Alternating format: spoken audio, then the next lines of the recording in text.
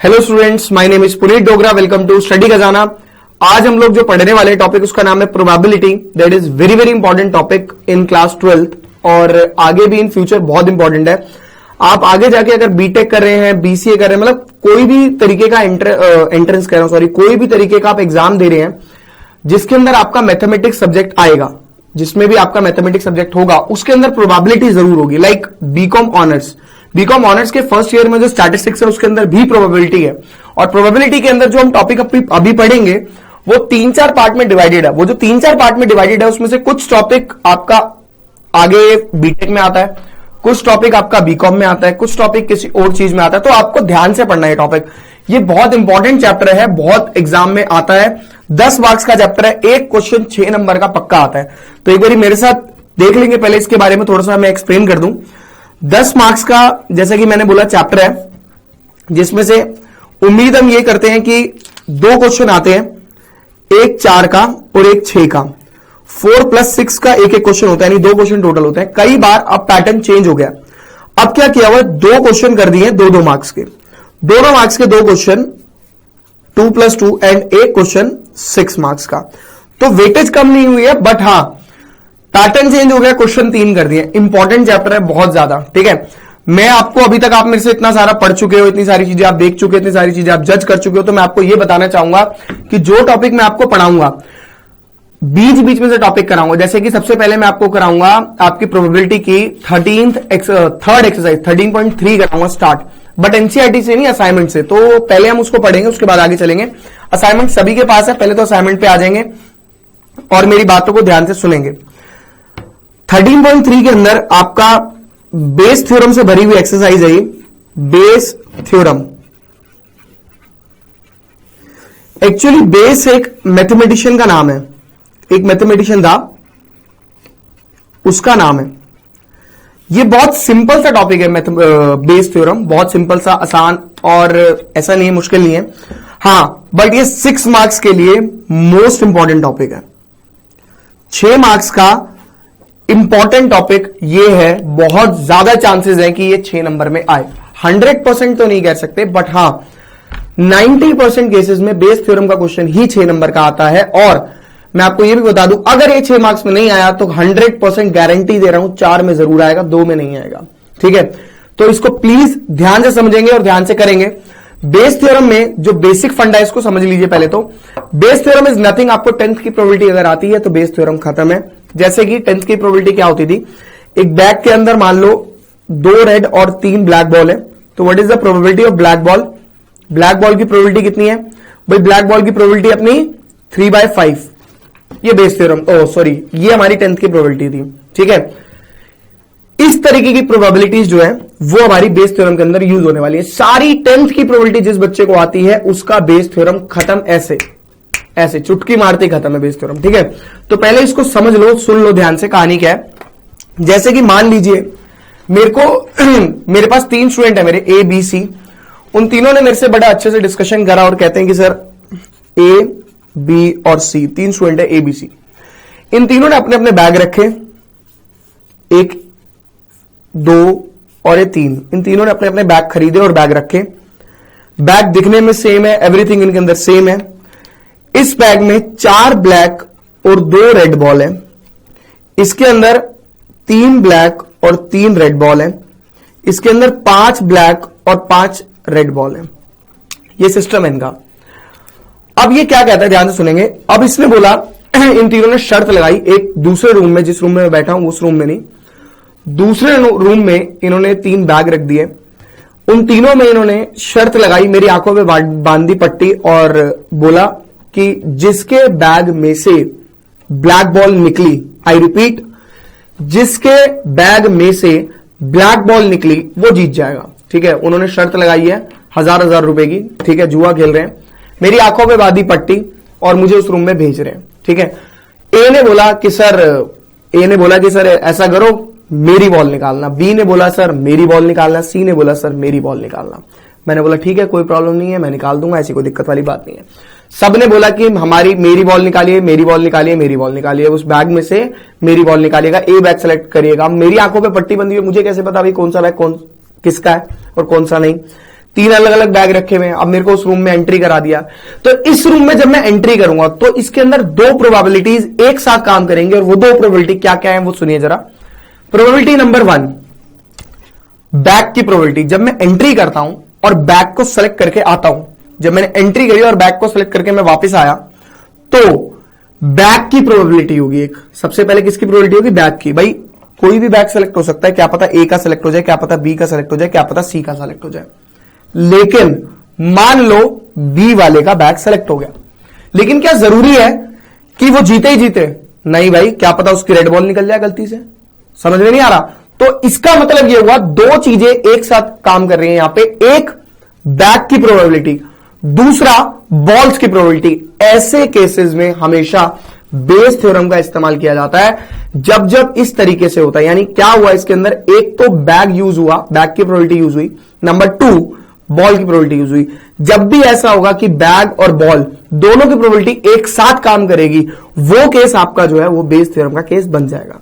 Exam में Bayes theorem का case समझना बहुत इंपॉर्टेंट है कि ये बेस का है या किसी और का है।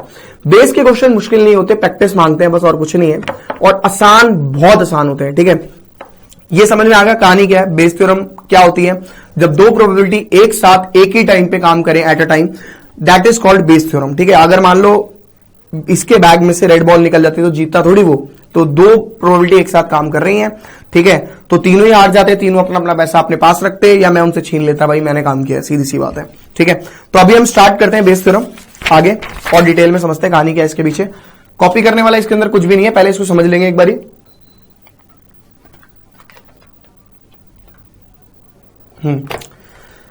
स्टार्ट करते हैं, और स्टार्ट करने से पहले कुछ चीजें और समझनी जरूरी है हमें। यहां पे एक वर्ड आएगा ई बाय इवन, इसको ई बाय नहीं बोलना है, अपॉन नहीं बोलना है। इसका मतलब ये कतई नहीं है कि ई डिवाइडेड बाय इवन, इसका ये मतलब नहीं है, मैं पहले बता दूं। ठीक है, this is not equal to this. इसका मतलब है गिवन, और गिवन को हिंदी में बोले तो दिया हुआ है। बच्चे बोलेंगे सर हिंदी समझा रहे हैं, बड़े प्यार से, बहुत आराम से समझा रहा हूं, लेकिन मैं तुम्हारे को दिखाऊंगा, तुम्हारी इंग्लिश फेल हो जाएगी इस हिंदी के आगे, ये ध्यान रखना।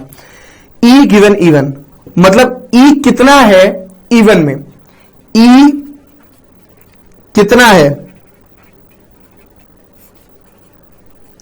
इवन में, इसको बोलते हैं ई गिवन इवन। क्या बोलते हैं इसको? ई गिवन इवन।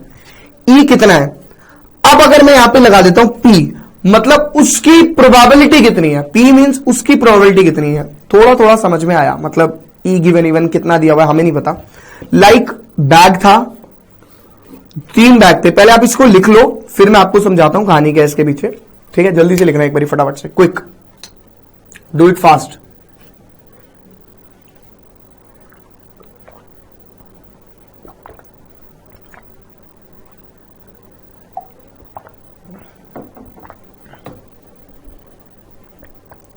देखिए, जैसे मैंने आपको 3 बैग दिए थे, अब वो बैग वाला मैं कॉन्सेप्ट यूज कर रहा हूं, बट बॉल्स आप मेरे को ये मत बोलना कि बॉल्स वो ये नहीं है, बॉल्स मैं चेंज कर सकता हूं। ठीक है, मैंने चेंज कर दी इस बॉल। 3 लोग थे, ए बैग, बी बैग और सी बैग था। फॉर्मूला डिस्कस नहीं करा अभी मैंने। ए के पास 3 रेड और 2 ब्लैक बॉल है, बी के पास 4 रेड और 4 ब्लैक बॉल है, सी के बाद 5 रेड और 5 ब्लैक बॉल है। सपोज ऐसे ऐसे इनके पास है। A B C are E1, E2 and E3।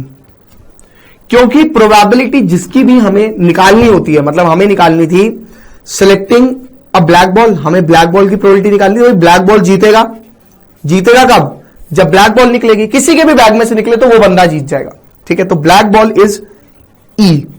ई मतलब इवेंट, ई मतलब कहलाएगा इवेंट, याद रखिएगा, लिखना नहीं है, सुनना है पहले।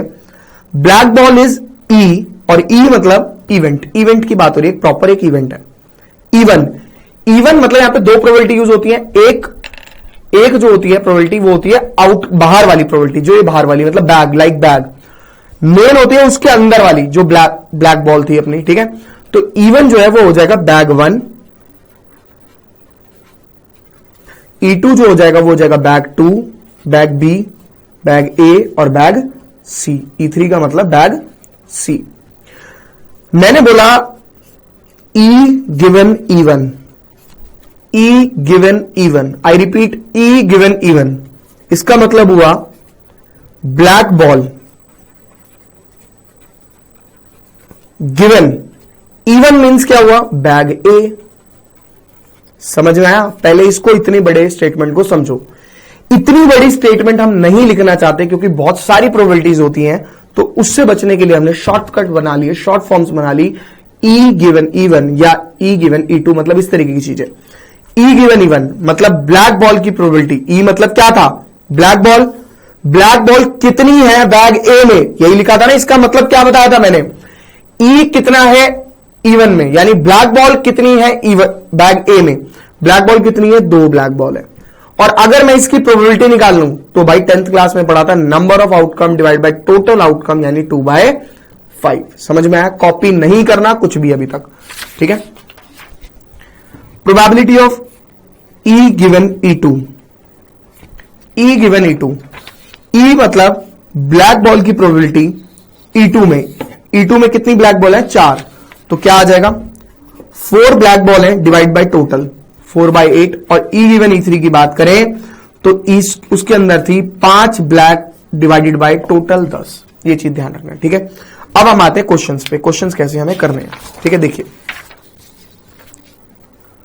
आपके पास 3 बैग हैं, प्रॉपर क्वेश्चन पे आ रहा मैं, प्रॉपर क्वेश्चन पे, जिसमें 3 रेड और 2 ब्लैक बॉल है, 4 रेड और 4 ब्लैक है, 5 रेड और 5 ब्लैक बॉल्स हैं।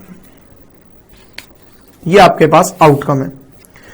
बैग ए, बैग बी, बैग सी, 3 बैग थे आपके पास, बैग ए, बैग बी और बैग सी। कोई प्रॉब्लम नहीं है। सबसे पहले आपको प्रोबेबिलिटी जो निकालनी है वो बोला है find the probability of black ball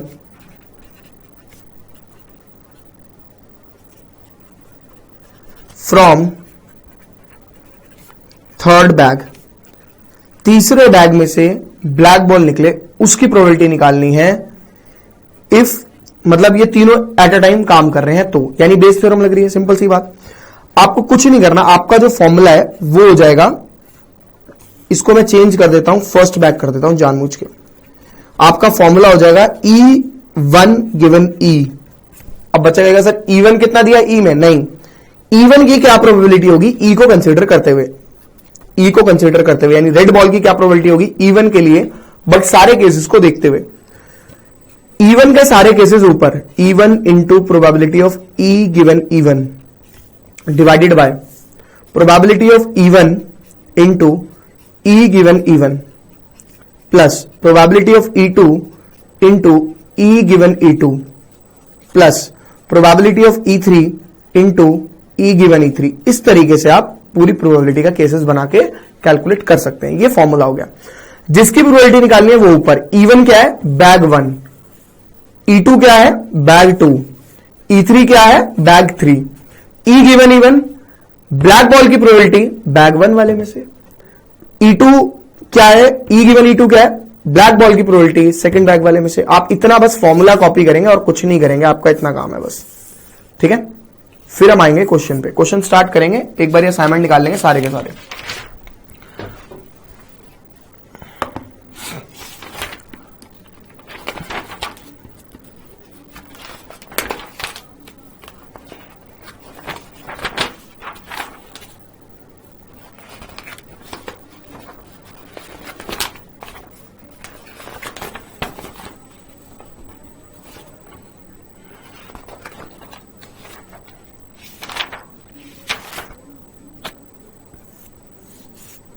assignment 14.1 6 marks के क्वेश्चन पर या 4 मार्क्स के क्वेश्चन अपना इसके होते हैं बेस थ्योरम के।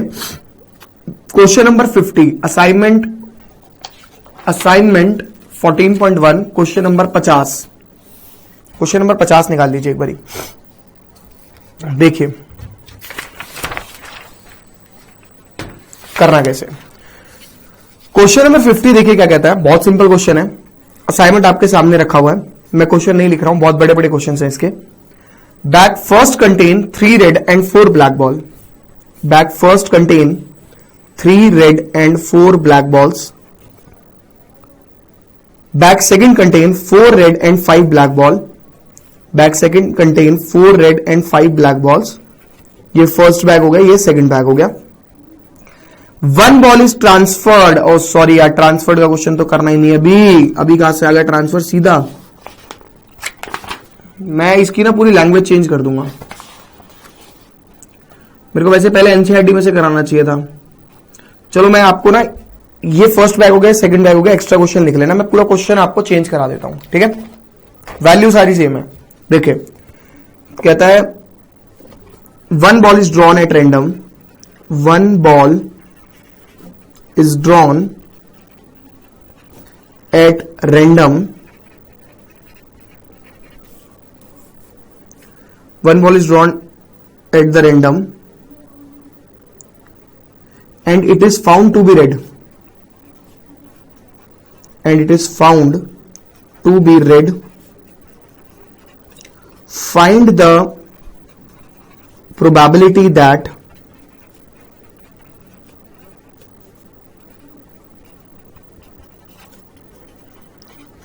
it is from second bag। बस क्वेश्चन ये है। पहले क्वेश्चन अगर तुमने ढंग से समझ लिया ना, आंसर तुम्हारा अपने आप हो जाएगा सॉल्व। ये ध्यान रखना, आंसर में कुछ नहीं है। तुम मत करना इसको अंडरलाइन, मैंने जानबूझ के अंडरलाइन किया है। जब बोलूंगा तब करना अंडरलाइन।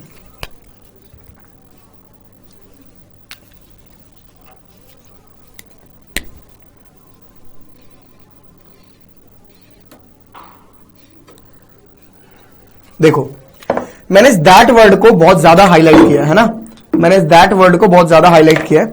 ध्यान से सुन लीजिए, बड़ा सिंपल सा फंडा है इसके पीछे। ये दैट जो है ना 95% क्वेश्चंस में आपको मिलेगा और आपको आंसर देके चले जाएगा।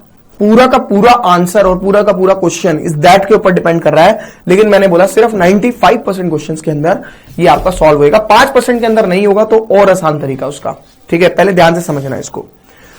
आपको ये देखना है ये दैट किसके लिए यूज हो रहा है। उसने बोला बैग फर्स्ट कंटेन ये, बैग सेकंड कंटेन ये। 1 ball is drawn at random and it is found to be red. एक बॉल निकाली और वो रेड मिली। Find the probability that it is from second bag. Second bag में से हो। ये दैट वर्ड किसके लिए यूज हो रहा है, अगर आपने ये पता कर लिया तो आपको सारी चीजें ऐसे पता लग जाएंगी चुटकी में, ऐसे ऐसे ऐसे। देखिए कैसे दैट वर्ड यूज हो रहा है इस रेड बॉल के लिए। कैसे भाई, उसने बोला है फाइंड द प्रोबेबिलिटी दैट, मतलब वह मतलब यानी वो, दैट से पहले जो भी आएगा वो अपना दैट के लिए यूज हो रहा होगा।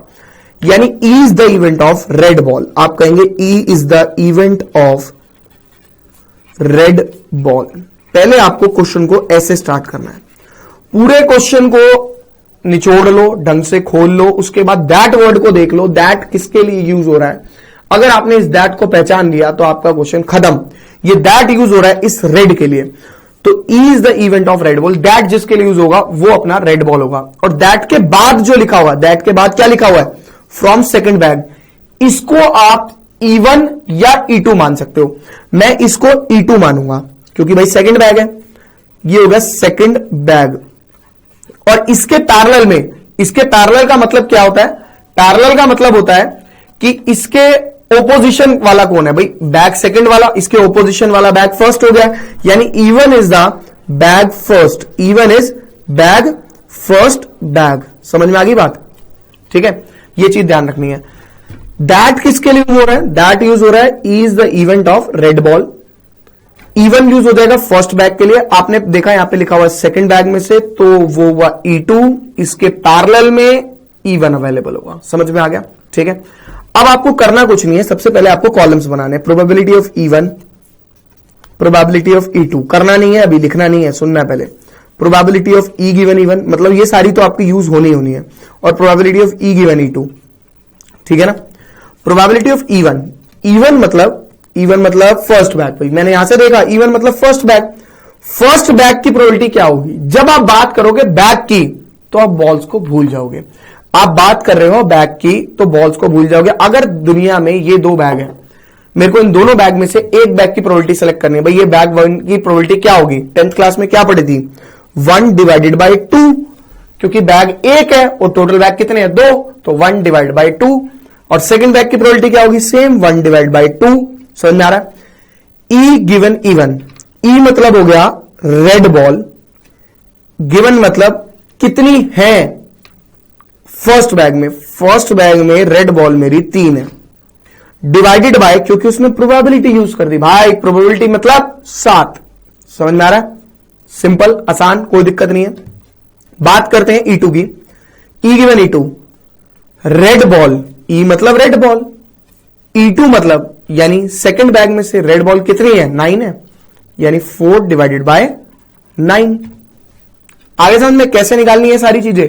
अब आपका बस टुच्चा सा काम रह जाता है। वो टुच्चा सा काम क्या है, देखिए जरा, वो टुच्चा सा काम है आपका E2 गिवन E का फॉर्मूला यूज करना।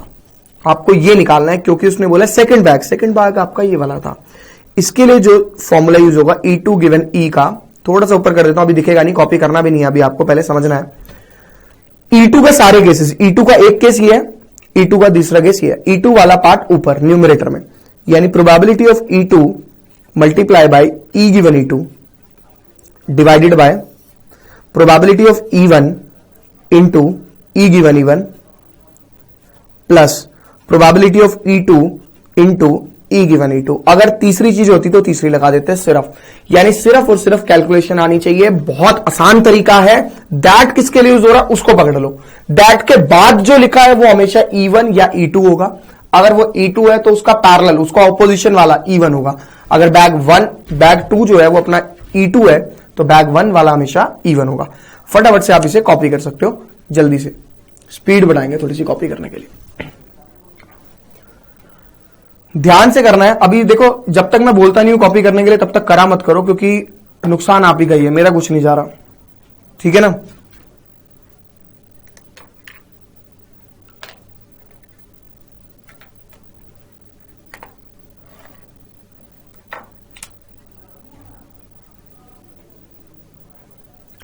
देखिए वैल्यू डाल देते हैं इनकी अगले स्टेप में। E2 की वैल्यू आपके पास क्या है, probability of E2 given E निकाल रहे हैं आप। E2 की प्रोबेबिलिटी क्या है आपके पास, E2 की प्रोबेबिलिटी आपके पास 1/2 इंटू E गिवन E2 की वैल्यू कितनी है 4/9 आपके पास, आप कैलकुलेट कर चुके हैं, divided by E1 1/2 into E3/7 plus 1/2 into 4/9। आराम से करना, जल्दी नहीं मचानी। ये बोलता है कि बच्चे गलती क्या करते हैं, पहले इन दोनों को ऐड कर देते हैं। भाई बोर्ड मास कहता है पहले मल्टीप्लाई करो। मैं बिल्कुल बेसिक से बताता हूं बच्चे को, बच्चे बहुत गलतियां करते हैं इन सब चीजों में। 2 1 2 2 यानी 2/9 डिवाइडेड बाय 3/14 प्लस 2/9। एलसीएम लेके कैलकुलेट करेंगे, जल्दी नहीं मचाएंगे। 2/9 डिवाइडेड बाय एलसीएम आया 14 इंटू 9 पूरा आ जाएगा। 140 में से 14 गए 126, तो 9 3 27 प्लस 28 14 नीचे वाली टर्म ऊपर 28 डिवाइडेड बाय 57। ये आंसर आ गया। पॉइंट में निकालने की जरूरत नहीं है, बस ये आंसर खत्म, कोई दिक्कत ही नहीं है। ठीक है, कॉपी कर सकते हो आप इसे फटाफट से।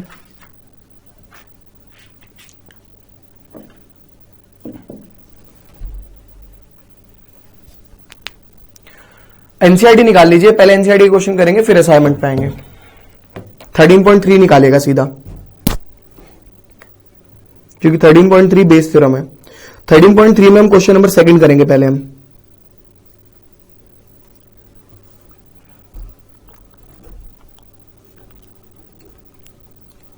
देखिए क्वेश्चन नंबर 2 पे आ जाते हैं एनसीईआरटी में। और प्रोबेबिलिटी पूरा का पूरा एनसीईआरटी में से आता है, ये भी मैं आपको बता दूं। एक्स्ट्रा क्वेश्चन उसके एनसीईआरटी बेस्ड ही होते हैं, तो घबराने की जरूरत नहीं है। NCERT 13.3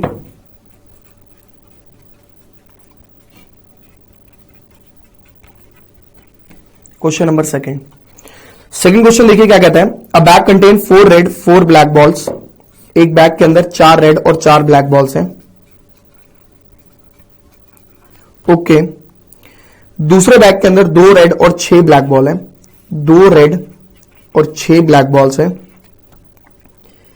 one of the 2 bag is selected in random and a ball is drawn from the bag which is found to be red. फिर से दोनों में से कोई एक बैग सेलेक्ट किया और एक बॉल निकाली जो कि हमने देखा रेड है। Find the probability that the ball is drawn from the first bag.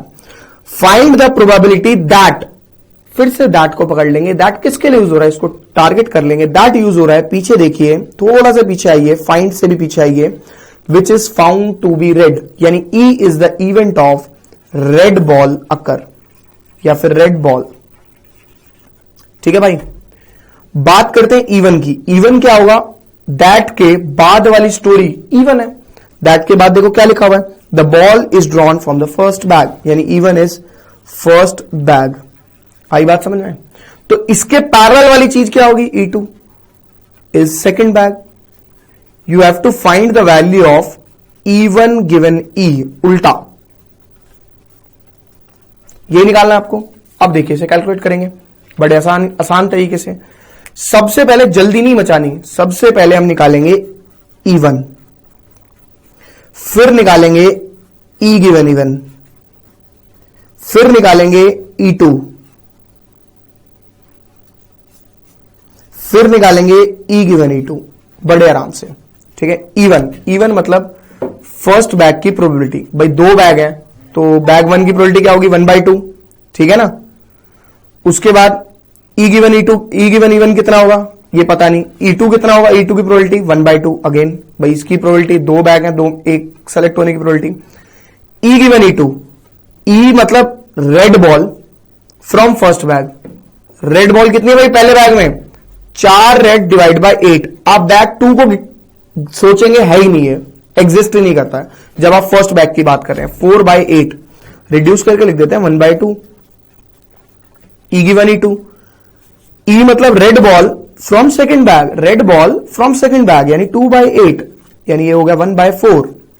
अब आपको सिर्फ और सिर्फ फॉर्मूले का यूज करना है और कुछ नहीं करना है इसके लिए। इसका फॉर्मूला जो होगा वो होगा E1 का सारा माल पानी ऊपर है क्या भाई, E1 का सारा माल पानी ये और ये, सॉरी ये और ये सारा ऊपर डिवाइडेड बाय टोटल। टोटल क्या क्या होगा, E1 का माल पानी E1 into E given E1 plus E2 given और उसके बाद E गिवन E2।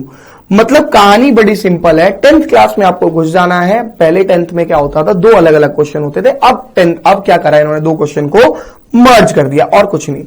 अभी वैल्यू डाली मैंने इसके अंदर। E1 की वैल्यू कितनी है 1/2 इंटू E गिवन E1 की वैल्यू कितनी है अगेन 1/2 डिवाइडेड बाय 1/2 इंटू 1/4 और इनका मल्टीप्लीकेशन। सिर्फ बेसिक कैलकुलेशन करनी है। 1/4 डिवाइडेड बाय 1/4 प्लस 1/8। एलसीएम का लेख इस्तेमाल करके आप चलेंगे, उसके बाद आपका आंसर आ जाएगा। लेकिन याद रखेंगे पहले इन दोनों को ऐड नहीं कर सकते बिकॉज बीच में मल्टीप्लाई का साइन आ रहा है और बोर्ड मार्क्स कहता है पहले मल्टीप्लाई करना है। कॉपी कर सकते हो, आगे चलेंगे फटाफट से।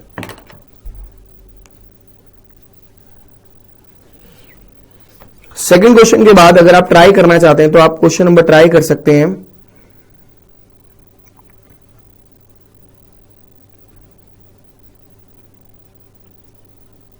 सेकंड के बाद आप ट्राई कर सकते हैं भाई, एक सेकंड।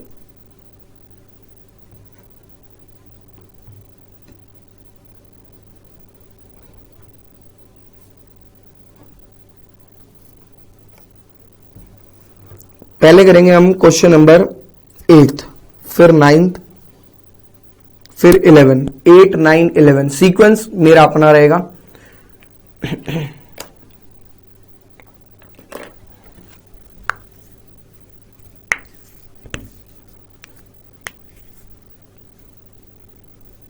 देखिए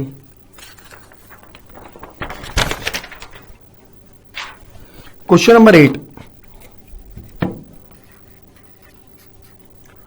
क्वेश्चन नंबर 8 क्या है, एनसीईआरटी का ही। A factory has 2 machine A and B. एक फैक्ट्री के पास 2 मशीन है ए और बी, कोई दिक्कत नहीं है। A produce 60% of the items of output and B produce 40% of the items. A produce करता है 60% चीजें और बी करता है 40% चीजें, ठीक है। Further 2% of the item produce of by machine A and 1% produce by B are defective. मतलब ए जो भी प्रोड्यूस करता है उसमें से 1% डिफेक्टिव होती है, 1% डिफेक्टिव फ्रॉम ए, ठीक है। इसके अंदर से 2% डिफेक्टिव फ्रॉम बी। मुझे नहीं पता ई क्या है, इवन क्या है, कुछ भी नहीं पता, वो दैट डिसाइड करेगा भाई मेरा। और उसने क्या बोला है, बी वर रैंडम, ठीक है। All the items are put into one stock pile and then one item is chosen at random from this and it is found to be defective. हमने एक स्टॉक पाइल में डाल दिया सबको, लेकिन उनमें से एक को सेलेक्ट किया and that is found to be defective, और वो डिफेक्टिव निकली। What is the probability that, ये दैट किसके लिए यूज हो रहा है, थोड़ा सा पहले आ जाओ, व्हाट से पहले देखो क्या लिखा हुआ है, and it is found to be defective, यानी E is the event of defective item, E is the event of defective item. लिखेंगे नहीं, पहले 3-4 क्वेश्चन समझेंगे, अपने घर जाके इतना बड़ा असाइनमेंट दे रखा है उसको सॉल्व करके देख सकते हो आप, कोई प्रॉब्लम नहीं है। अभी आप सिर्फ और सिर्फ यहां पे समझने का काम करेंगे, ठीक है ना। अभी फालतू झंझट में नहीं पड़ेंगे, आराम से असाइनमेंट दे रखा है, असाइनमेंट के क्वेश्चन कर लेना बेस थ्योरम के अगर करने हो तो। अभी सिर्फ समझने का काम करो। कुछ पॉइंट्स ऐसे होते हैं जो आप लोग करने लगते हो और मैं बोल देता हूं, फिर आपको याद नहीं रहते हो, तो प्लीज पूरे तरीके से समझो पहले इसको। E1 और E2 रह गए भाई अब हमारे। दैट के बाद देखो क्या लिखा हुआ है, it is produced by machine B. हमें निकालना है E2 इज मशीन बी, तो ऑब्वियस है इसका ऑपोजिशन वाला जो है वो मशीन ए है, and you have to find the value of probability of E2 given E इस बार, ये आपको निकालना है, ठीक है ना। अब टारगेट करते हैं भाई, चीजें निकालते हैं। पहले तो कॉलम्स बना लेंगे, उसके बाद चलेंगे आगे। Probability of E1, probability of E given E1, probability of E2, probability of E given E2, ठीक है। E1 मतलब मशीन ए। अगर 2 मशीन है, बाकी सब चीजें भूल जाओ, 2 मशीन है, उसकी प्रोबेबिलिटी क्या होगी मशीन के सेलेक्ट होने की, 1/2। गलत भाई साहब, उसने पढ़ो क्या पढ़ा है, what is the probability that it was produced by machine B, यानी प्रोड्यूस्ड बाय लिखना था। ये चीज मैंने जानबूझ के नहीं लिखी ताकि आपको समझा सकूं। Produced by machine A and produced by machine B, ये वर्ड्स बहुत मैटर करते हैं। अब अगर करने लगते तो 1/2 लिख देते, तभी मैं बोल रहा हूं कुछ पॉइंट्स ऐसे होते हैं जो आप लोग भूल जाते हो। इवन मतलब प्रोड्यूस्ड बाय मशीन है, कितना प्रोड्यूस कर रही है मशीन है, 60%। ये खुद प्रोबेबिलिटी होती है अगर परसेंटेज में हो तो। यानी मैं एक काम करता हूं, काटता नहीं, रिड्यूस नहीं करता, क्योंकि यहां पे भी परसेंटेज आएगा ना, फिर वो बाद में कट जाएगा, दिक्कत नहीं आएगी। E given event of defective item, E जो है defective item produce by machine है। भाई साहब उसने बोला था 1% defective items 1% defective items from produced by machine A. ये मैं पूरा लिख रहा हूं जानबूझ के, प्रोड्यूस्ड बाय मशीन ए। और अब इन दोनों को मैच करना है, ई गिवन इवन को। Defective item produced by machine A, ये ऑलरेडी 1% दे रखा है, पहले हमें कैलकुलेट करना पड़ता था, अब हमें कैलकुलेट नहीं करना। समझ में आ रही बात क्यों? इन दोनों को लाइन को मैच करो और इस लाइन को मैच करो तो आंसर पूरा सेम है। मैंने ये पूरी लाइन नहीं लिखी थी। 2% defective item produced by machine B, यानी ई गिवन E2 हो जाएगा वो 2%, और machine B produced by machine B, E2 is produced by machine B, कितना प्रोड्यूस कर रही है, 40%। ठीक है भाई, अभी मैं अगले पेज पे कैलकुलेशन कर देता हूं, फिर कॉपी करना आराम से। आपको निकालना है E2 given E,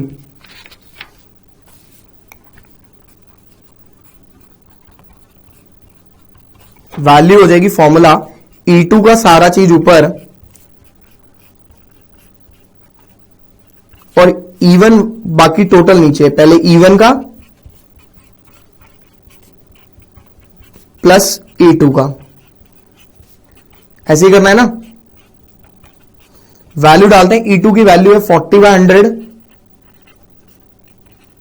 multiply by 2/100 divided by 60/100 into 1/100 plus 40/100 into 2/100।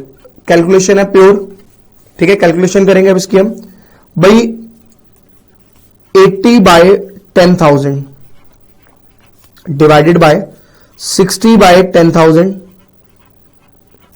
Plus 80/10,000। अगले स्टेप में मैं लिखूंगा 80/60 प्लस 80, बिकॉज ये 10,000 ये 10,000 एलसीएम लेके ऊपर से कट जाएंगे। अब आधे बच्चे इसको काट देते हैं, बीच में प्लस है भाई, नहीं काट सकते। 80 डिवाइडेड बाय 140 ये कट गया, 4/7 आंसर 2 से रिड्यूस करने के बाद। सिंपल है, बहुत आसान है, ठीक है। पहले आप लोग पिछले वाला कॉपी कीजिए फिर आगे का, ठीक है। लिखिए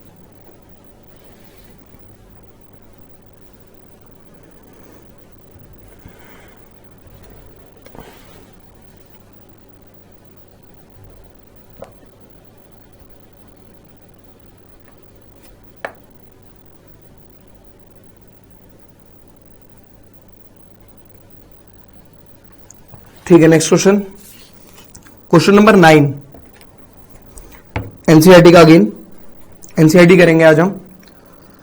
2 groups are competing for the position of the board of directors. 2 group आपस में भिड़ रहे हैं बोर्ड ऑफ डायरेक्टर के लिए of a corporation. The probability that the first and second group will win are, already बोला है probability of winning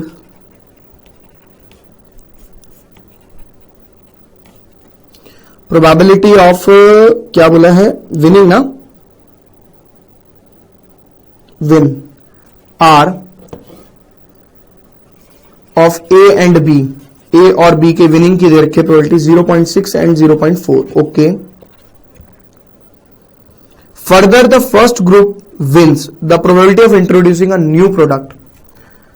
first group wins, पहला ग्रुप जीता एंड इंट्रोड्यूस कराया, इंट्रोड्यूस अ न्यू प्रोडक्ट, और उसके बाद नया प्रोडक्ट इंट्रोड्यूस कराए। कितने ऐसे प्रोबेबिलिटी कितनी, 0.7 चांसेस है। एंड ये प्रोबेबिलिटी दी हुई उसने ऑलरेडी बोला है। Probability of second group wins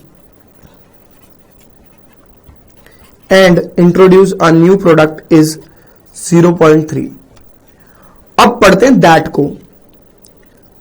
If the second group wins, okay, what is the probability that new product introduced by second group? If the, ध्यान से सुनेंगे, if the second group wins, अगर second group जीतता है, find the probability that new product introduced by group जो भी है। आपको मैं 2 मिनट देता हूं इसको ट्राई करने के लिए, आप ट्राई कर लीजिए फटाफट से, क्योंकि अभी इतने सारे क्वेश्चन कर चुके हो आप कर सकते हो, ट्राई करो।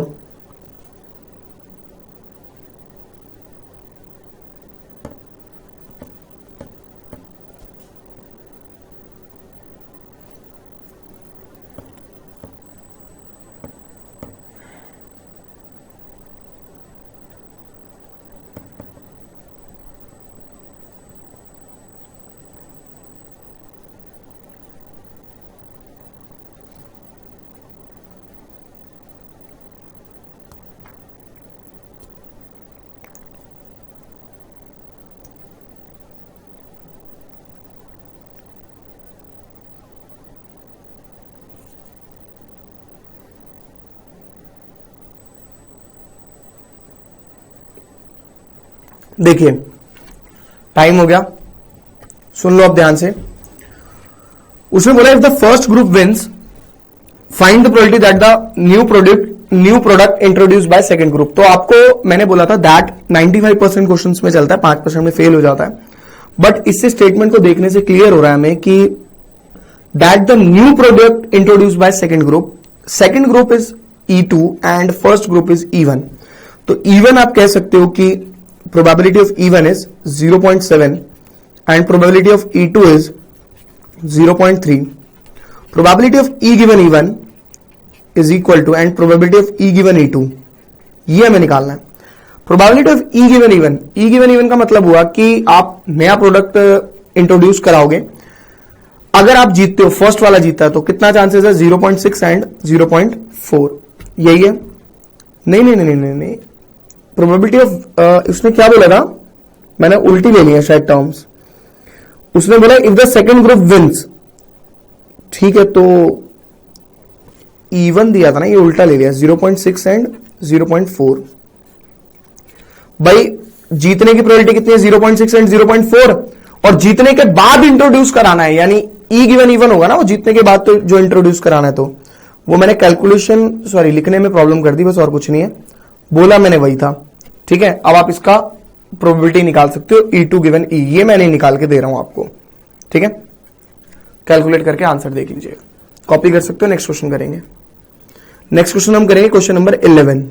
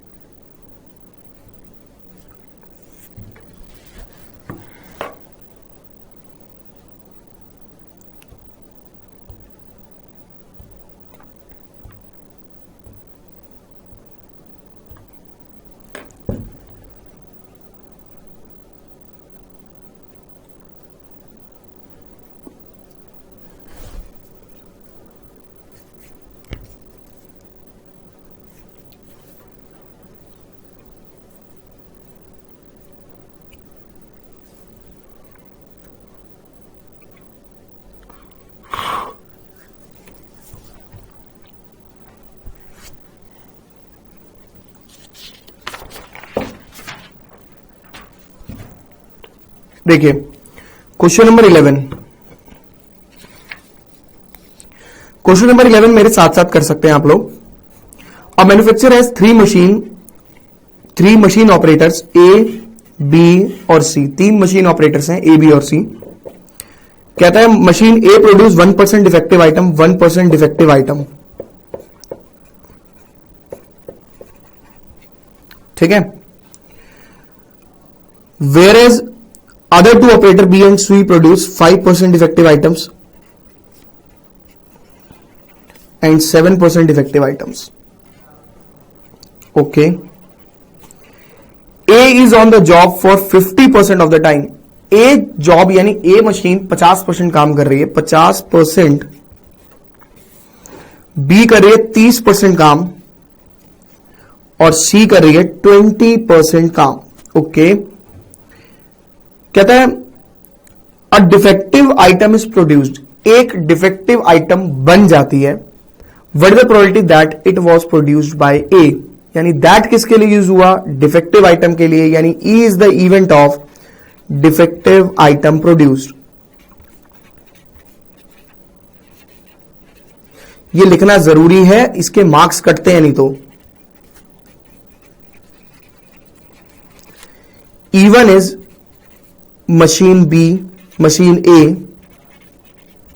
E2 is machine B, E3 is machine C। अब आते हैं प्रोबेबिलिटीज पे इनकी। प्रोबेबिलिटी ऑफ E1 इज 50%, भाई 50% यूज की जा रही है machine A। E2 is 30% and E3 is 20%। ठीक है ना. Probability of E given E one, probability of E given E two and probability of E given ई3, ये तीनों हमें निकालने हैं. E given E one, E given E one defective item by machine A 1%, 1/100. Defective item from B 5/100 और थर्ड 7/100. और हमें find out क्या करना है ये हमें नहीं पता. अब हम इसे देख लेते हैं क्या फाइंड आउट करना है. हमें निकालना है कि what was the probability that it was produced by machine A, यानी probability of E1 given E हमें फाइंड आउट करना है, जिसका फॉर्मूला मैं नहीं लिख रहा हूं. E1 का सारा data 50/100 into 1/100 divided by E1 वाला पार्ट प्लस E2 वाला पार्ट 30/100 इंटू 5/100 और लास्ट E3 वाला पार्ट 20/100 इंटू 7/100. भाई ये सारे 100 नीचे वाले और ऊपर वाले कैंसिल आउट हो जाने हैं, आपको ये पता होना चाहिए. तो टर्म्स जो बचेंगी पहले आप इसे लिख लो फटाफट से, ये स्टेप रह गया होगा आपका अगर लिखना है तो जल्दी से. बीच में प्लस है तो वो कटेगा भी नहीं, ये ध्यान रखना, रिड्यूस नहीं होगा, ध्यान रखेंगे इस बात का. अगले स्टेप में बचेगा 50, यहां पे 50, 150 और 140 बस. तो अगले स्टेप में मैं लिखूंगा 50 divided by 50 plus 150 plus 140 that is equal to 50 divided by 245/24. Answer खत्म. कॉपी कर सकते हो, नेक्स्ट क्वेश्चन करेंगे.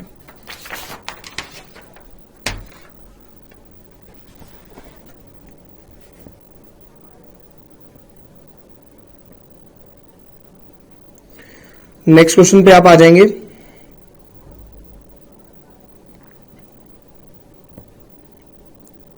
Question number 3. सेकंड हम कर चुके हैं, थर्ड कर रहे हैं.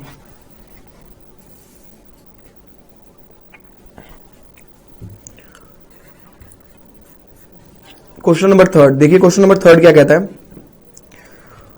Of the student in a college it is known that 60% reside in a hostel. 60% बच्चे हॉस्टल में रहते हैं. एक कॉलेज के 60% in hostel and 40% are day scholar. Day scholar मतलब जो रोज अप एंड डाउन करते हैं, मतलब रोज घर से ही आते हैं. पिछले साल का result, previous year result reports that 30% of all student who reside in hostel attain A grade. 30% hostel वाले बच्चों को ए ग्रेड मिला. 30% students of hostel score A grade. A grade जो इसके अंदर अगर 100 रहते थे तो 30% बच्चे ए ग्रेड ले गए और डे स्कॉलर वाले 20% बच्चों को मिला, यानी 20% students of hostel score, sorry day scholar लिखना था, day scholar score A grade या attain A grade. At the end of year one student is chosen at random from the college and has an A grade. Last में, year के last में एक बच्चे को select किया जिसका एक तो कॉलेज का बच्चा था, ऊपर से ग्रेड भी ए लाया था, उसको हमने सेलेक्ट किया है. ठीक है ना. आगे की कहानी सुन लेते हैं इसकी क्या है. आगे कहानी ये कह रहा है कि what is the probability that student is hostelier, sorry at random from the college and it is an A grade. What is the probability that use हो रहा है ए ग्रेड के लिए. Is the event of A grade student, A grade वाला student, क्योंकि यहां पे बच्चों की बात हो रही है. और इवन जो है वो क्या, हॉस्टेलियर हो. Is the event, E one is hostelier. E2 is day scholar. अब इवन बताएंगे आप, कितने बच्चे हॉस्टल में पढ़ते हैं? हॉस्टेलियर मतलब कितने बच्चे हॉस्टल में रहते हैं? 60%। कितने बच्चे डे स्कॉलर हैं? 40%। देख के बताने, खाली टेपना और कुछ नहीं करना। ई गिवन इवन, ई मतलब था ए ग्रेड लाया हो लेकिन हॉस्टल वाला बच्चा है, ए ग्रेड लाया हो हॉस्टल वाला बच्चा 30% बच्चे, 30/100। और ई गिवन ई2 क्या हुआ? 20/100। अब आप निकाल देंगे E1 गिवन ई। देखो इस बार मैं 100 लिखूंगा ही नहीं, मैं सीधा लिख रहा हूं 60 मल्टीप्लाई बाय 30 डिवाइडेड बाय 100 तो कट ही जाएगा। 60 into 30 plus 40 into 20 that is equal to 1800 divided by 1800 plus 800। 1800 divide by 2600, 9/13 answer. Reduce कर कुरा के कॉपी कर सकते हो। समझने वाली चीज है और कुछ भी नहीं है, बहुत सिंपल से क्वेश्चन है, ज्यादा दिमाग थोड़ी लगाना है।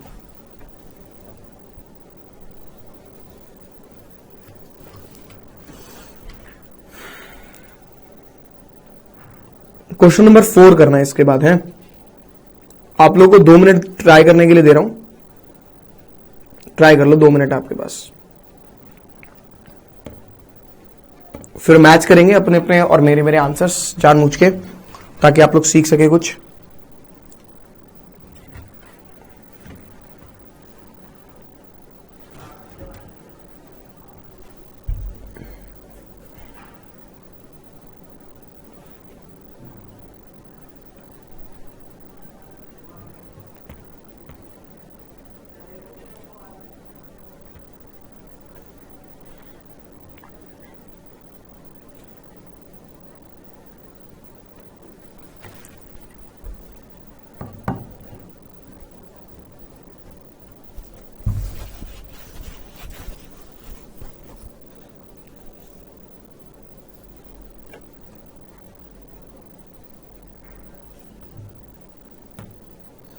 एक मिनट और जल्दी करो।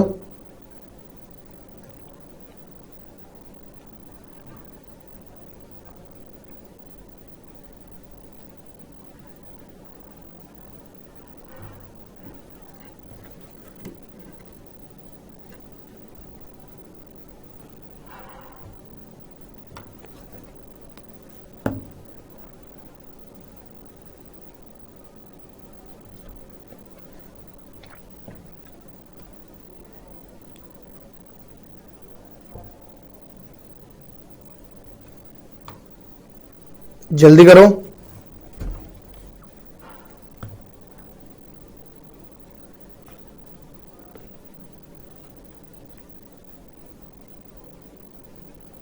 चलिए देखिए टाइम हो गया, क्वेश्चन पे आते हैं वापस। क्वेश्चन नंबर 4 क्या कहता है? क्वेश्चन नंबर 4 कह रहा है in answering a question on MCQ test. एक एमसीक्यू है, स्टूडेंट या तो आंसर को जानता है या तुक्का मार रहा है, ठीक है? या तो आंसर जानता है वो, या आंसर पे तुक्का मार रहा है। आइदर नो द आंसर और गेसिंग। चीजों को साथ साथ लिख लेंगे, उसके बाद इवन और वगैरह वगैरह सेलेक्ट करेंगे। In answering a question on MCQ student either know the answer और गेसिंग।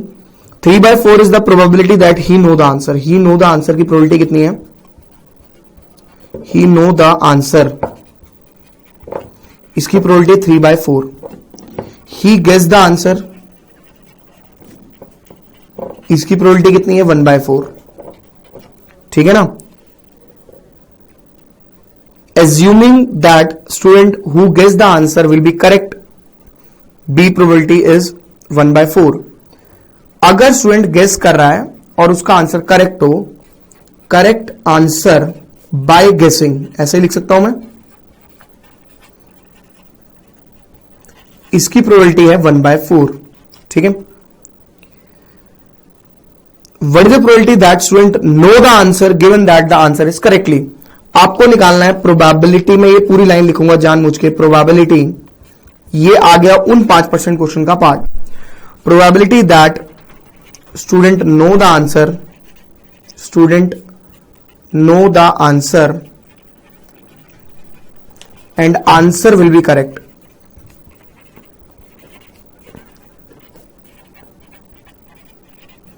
स्टूडेंट आंसर को जानता है और आंसर करेक्ट हो, ये हमें निकालना है। नहीं सॉरी, मैंने पूरा नहीं लिखा।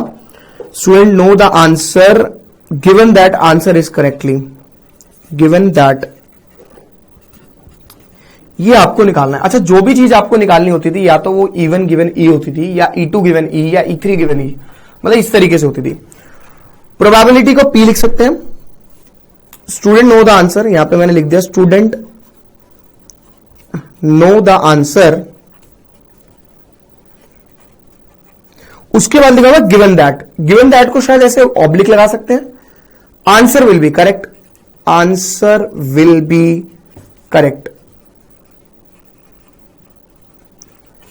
इसकी प्रोबेबिलिटी हमें निकालनी है। अब एक चीज मेरे को बता दो, probability student know the answer, answer will be correct, जो भी चीज आपको निकालनी होती थी वो हमेशा E1 गिवन E या फिर E2 गिवन E होती थी, ये आपको निकालना है। आप ऐसा कह सकते हो, यानी E1 क्या हुआ, स्टूडेंट नो द आंसर, ऐसे पता लगा सकते हो, स्टूडेंट नो द आंसर, और E क्या हुआ, answer will be correct, answer will be correct, ऐसे ही होगा। E1 is student know the answer, E is the answer will be correct, ये हो गया, दोनों चीजें हो गई। अब हम देखेंगे E2 क्या होगा। E2 इसके पैरेलल वाला होता है, इसका कॉम्पिटिटर होता है। Student know the answer E2 यानी student guess the answer, student guess the answer. अब आप कॉपी करो इसको, फिर हम चीजों को फाइंड आउट करेंगे, ठीक है ना। फटाफट से कॉपी कर लेंगे। ऊपर वाला तो लिख ही चुके हैं, वैल्यूज लिखी है वो मैंने, खाली ऊपर वाला नहीं दिख रहा तो कोई दिक्कत नहीं है, नीचे वाला मेन है प्रोबेबिलिटी से, क्योंकि ये आप फर्स्ट टाइम कर रहे हैं क्वेश्चन ऐसा।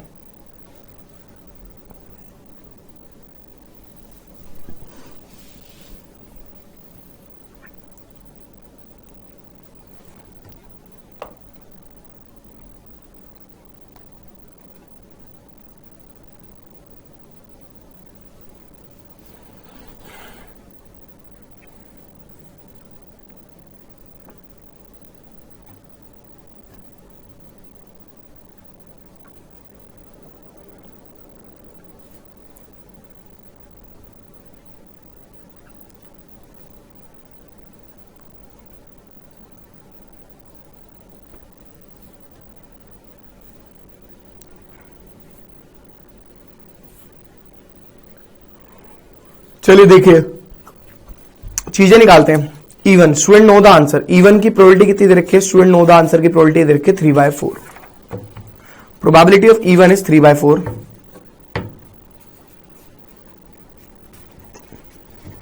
ठीक है। Probability of E2 student guess the answer, student guess the answer कितनी, probability 1/4। Okay. E given E1 क्या होगा, दिया ही नहीं हुआ यार ये तो, ओ शिट। उसने बोला है E मतलब था आंसर करेक्ट हो, और वो बंदा आंसर को जानता है। भाई आंसर विल बी करेक्ट, हाँ, E is the event of answer will be correct, E is the event of answer will be correct, और E1 is student know the answer. इसकी प्रोबेबिलिटी क्या होगी यार, ये तो पंगा पड़ गया। एक बात बताना मेरे को बस छोटी सी, आपको एक एंट्रेंस एग्जाम देने जा रहे हो आप, और चलो केबीसी खेल रहे हैं, कौन बनेगा करोड़पति।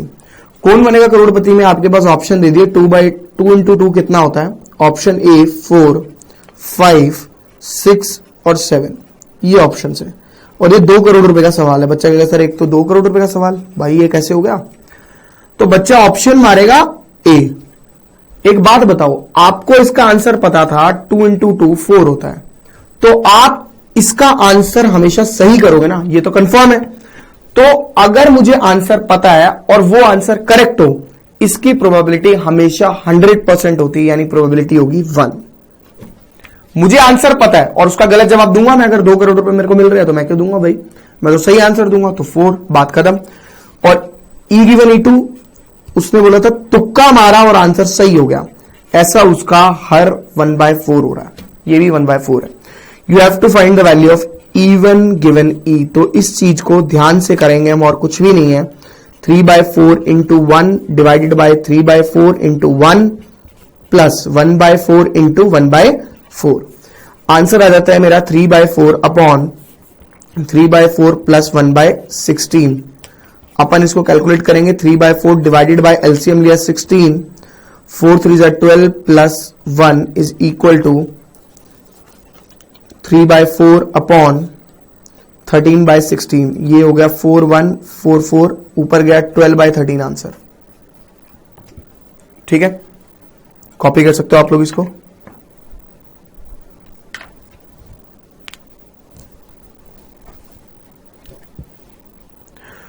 क्वेश्चन आसान था, बस नई चीज देखने को मिली, यानी 5% क्वेश्चन में जो इस तरीके के होंगे इवन गिवन ई टाइप्स के, उसमें ऐसे ही होगा, ये ध्यान रखिएगा। ठीक है,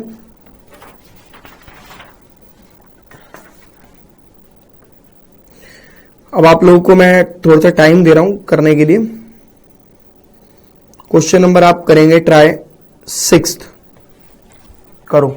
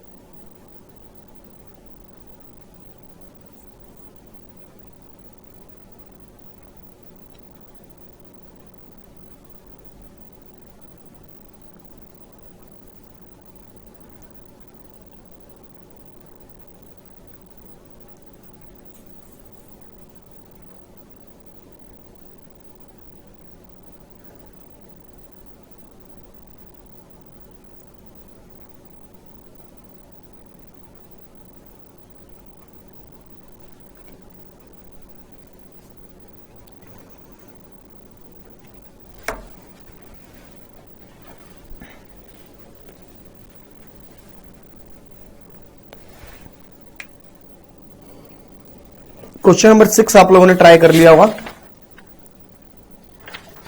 इसी पे कर देंगे यार।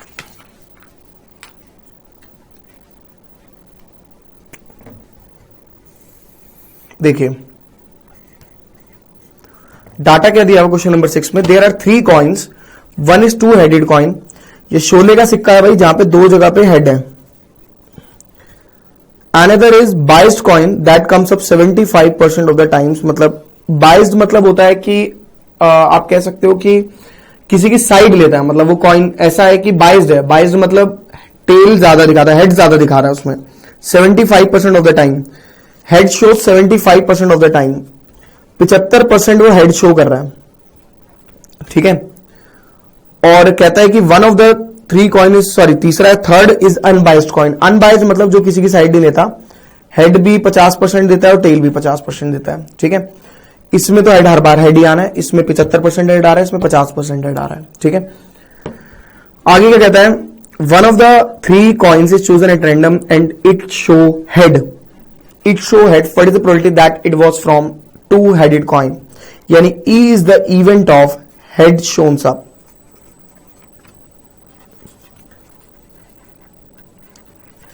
ई हो गया हेड शो करता है,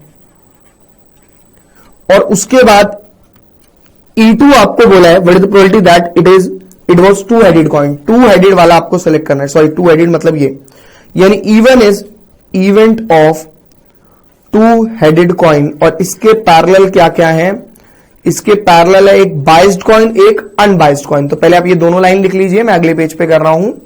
E2 और E3 फटाफट से लिखेगा।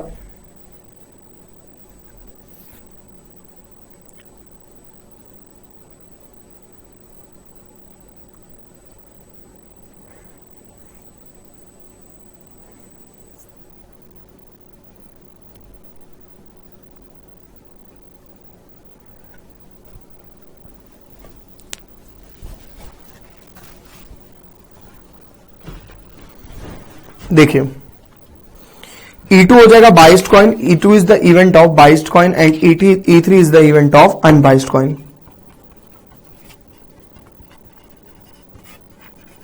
ये सारी बातें आप मेरे साथ साथ लिख सकते हो। and E3 is unbiased coin. E आपको पता लग गया है इवेंट ऑफ हेड शोज. अब इवन की प्रोबेबिलिटी क्या होगी? इवन क्या है भाई?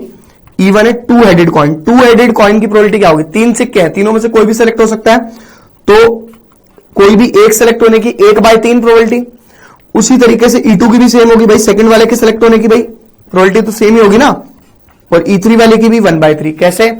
तीन सिक्के हैं, ये वाला सिक्का सेलेक्ट हो जाए तो ये वाला सिक्का डिवाइडेड बाय टोटल. टोटल कितने हैं? 3, तो 1/3. ठीक है, ऐसे इसके लिए 1/3, इसके लिए 1/3. सिंपल. अब पहले केस में E given even. What is E given even? सारी चीजें मेरे साथ लिखेंगे इसमें आप. E is the event of head shows. Head show करता है. E is the event of head shows. Head आता है. हेड आए बाय यूजिंग इवन. इवन के केस में, इवन में तो दो हेड है तो हर बारी हेड ही आना है, 1 प्रोबेबिलिटी. हेड आए सेकंड केस में.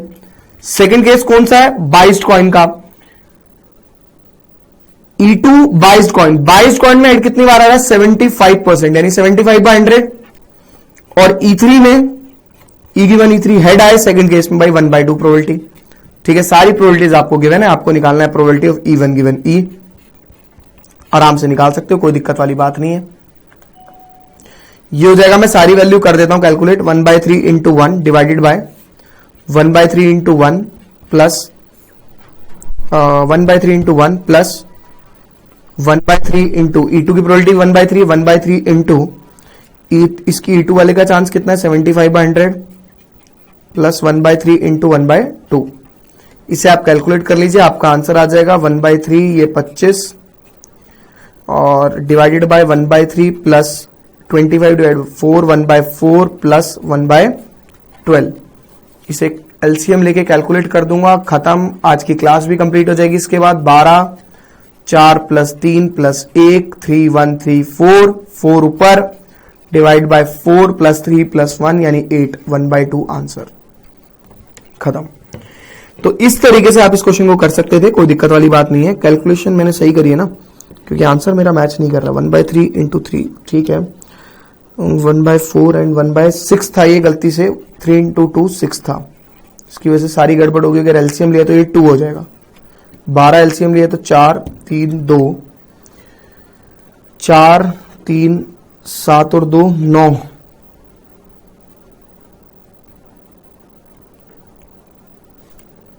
4/9 आंसर बता रहा है. 4/, हाँ ठीक तो है, रेड्यूस थोड़ी होगा. 4/9.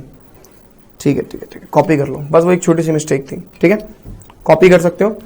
अब आप लोगों से नेक्स्ट क्लास में हम लोग मिलेंगे और इसी चीज को कंप्लीट करेंगे आगे. अगली क्लास में बेस थ्योरम उम्मीद करता हूं एनसीईआरटी में से पूरा कंप्लीट हो जाएगा. आप इतना पढ़ के आइएगा. नेक्स्ट क्लास में मिलेंगे. Bye bye, see you, tata, good night, शब्बा खैर, शुभ रात्रि, टिंग टोंग.